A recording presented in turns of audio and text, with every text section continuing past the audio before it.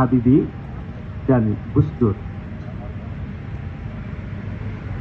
Lalu pola-pola kekuasaan lama ternyata masih berulang, sehingga seolah-olah kita tidak punya harapan akan adanya perubahan akibat jatuhnya kekuasaan. Saya mau mengatakan justru karena sudah 4 kali terjadi jatuhnya kekuasaan, kita mesti bisa mengambil pelajaran berharga dari 4 peristiwa itu. Saya tidak hidup di zaman Soekarno, tapi saya mempelajari jatuhnya Soekarno, yang pada akhirnya berujung pada negosiasi politik elit yang kemudian melahirkan Golkar dan kemudian Soeharto berkuasa 32 tahun. Jatuhnya Soeharto yang tahun 98, saya hidup di masa Soeharto dan kemudian terlibat di dalam upaya untuk menjatuhkan Soeharto itu. Apa yang bisa kita evaluasi di masa itu? Gagasan-gagasan substantif pada waktu sangat luar biasa. Kita ingin demokratisasi berjalan, maka partai politik boleh berdiri. Dulu hanya 2 partai dan 1 Golkar. Partai dilarang. Jadi sebetulnya partai-partai politik yang ada itu mesti berterima kasih pada peristiwa 98 itu. Mereka berdosa karena tidak mampu menangkap pesan penting dari kehendak kami bahwa partai harus jadi instrumen penting untuk membuat rakyat menjadi sejahtera. Partai gagal. Padahal berdirinya mereka itu karena peristiwa reformasi. Kalau Soeharto masih berkuasa, nggak boleh ada partai lain kecuali 2 partai dan 1 Golkar. Itu diantaranya agenda demokratisasi. Lalu menolak di fungsi militer. TNI waktu itu, TNI Polri, ABRI namanya. ABRI disingkirkan dari parlemen. Dulu ada anggota parlemen yang dari ABRI tanpa pemilu. Tiba-tiba 100 orang jadi anggota DPR. Gila nggak tuh? Kita tolak, itu harus dibersihkan. Dan seluruh ABRI yang ada di DPR, MPR keluar. Kita berhasil sama itu. Ya. Kemudian pers, kebebasan pers. Ya, soal siup itu semua di Merdeka, ini zaman Habibie. Ya. Pers boleh berdiri dan banyak sekali media. Nah, lalu apa yang kemudian makin dibalikkan situasi itu? Kan itu yang terjadi. Saya cermati, ini persoalan proses perubahan yang tidak dipandu secara militer oleh kekuatan alternatif. Saya mungkin juga termasuk merasa menyesal.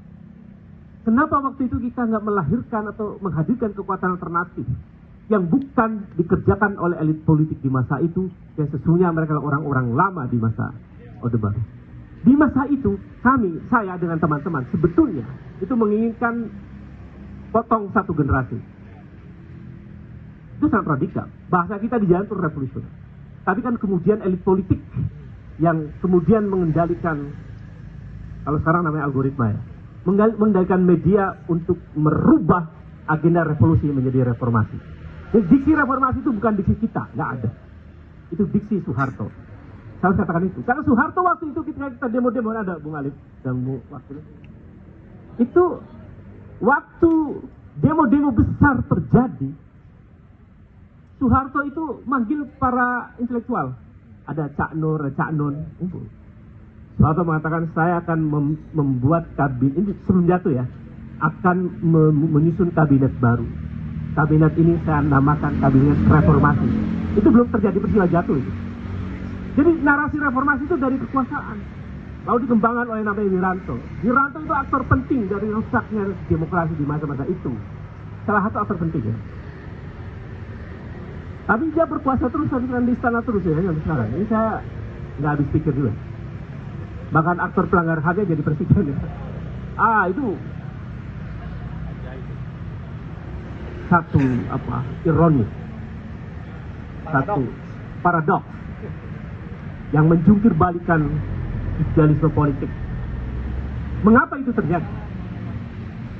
Ini ada semacam proses hegemoni, kalau kita menggunakan terminologinya Gramsci.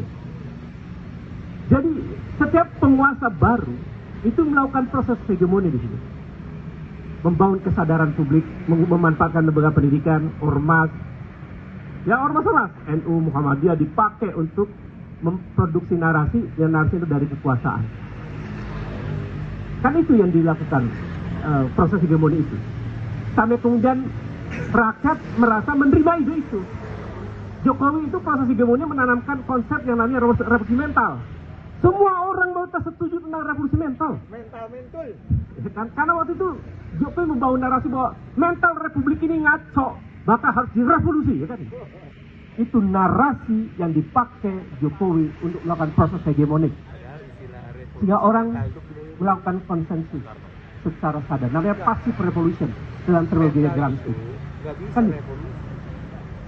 Jadi ada proses hegemoni yang berkali-kali setiap kekuasaan baru terjadi. Dan ini makin dahsyat karena ada namanya digital kapitalistik terjadi.